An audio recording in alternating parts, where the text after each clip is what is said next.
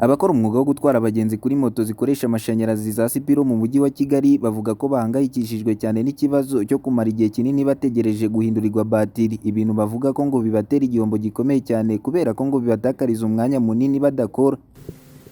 Kujya gufata batiri ya Sipiro mbere twarazifataga tukazibona, ariko ubu ngubu umuntu asigaye ajyayo agatonda umurongo ugasanga y'abantu barenga nk'ijana, abantu benshi cyane ugategereza batiri nk'amasaha nk'abiri.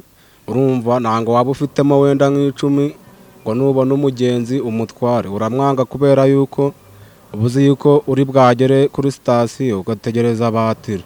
Bose baje gutwara Sipiro, none uruganda turarushinze amakosa yuko rwasohoye moto rwibagirwa gusohora batiri.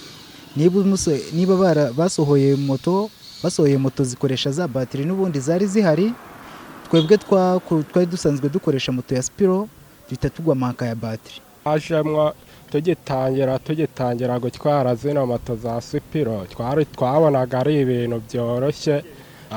ibintu byoroshye kubona batiri, ariko byageze hagati bahita bahagarara. Kubona batiri byo ni ikibazo gikomeye. Usanga umwanya umara ku munsi waje mu kazi urimo utwara abagenzi ari wo mutoya kurusha uwo umara uri kuri wagiye gufata batiri.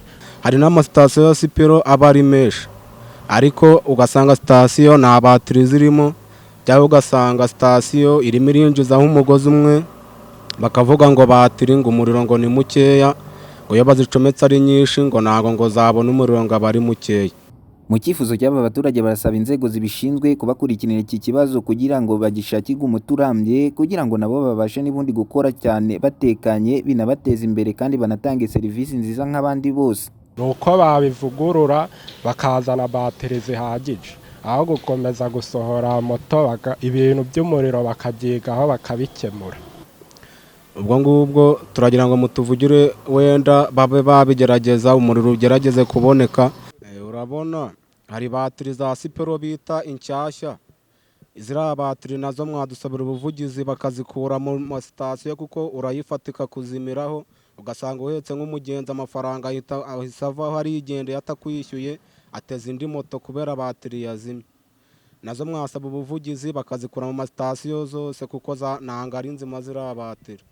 Alemo Emmanuel ushinzwe kwamamaza no kumenyekanisha ibikorwa na serivisi bya Sipiro Rwanda yemera ko iki kibazo gihari, ariko nanone akavuga ko ngo hari uburyo bushya n'ubundi buri gutegurwa buzafasha abakoresha izi moto guhangana n'iki kibazo ndetse no kunoza serivisi.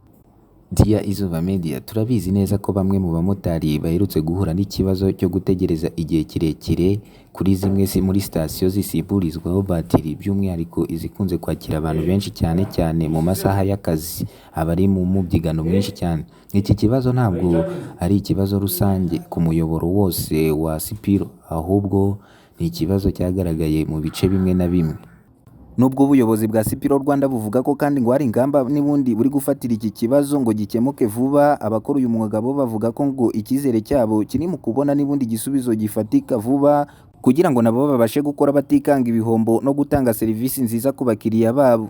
Tuyishimire Patrick, Izuba Radio TV mu mujyi wa Kigali.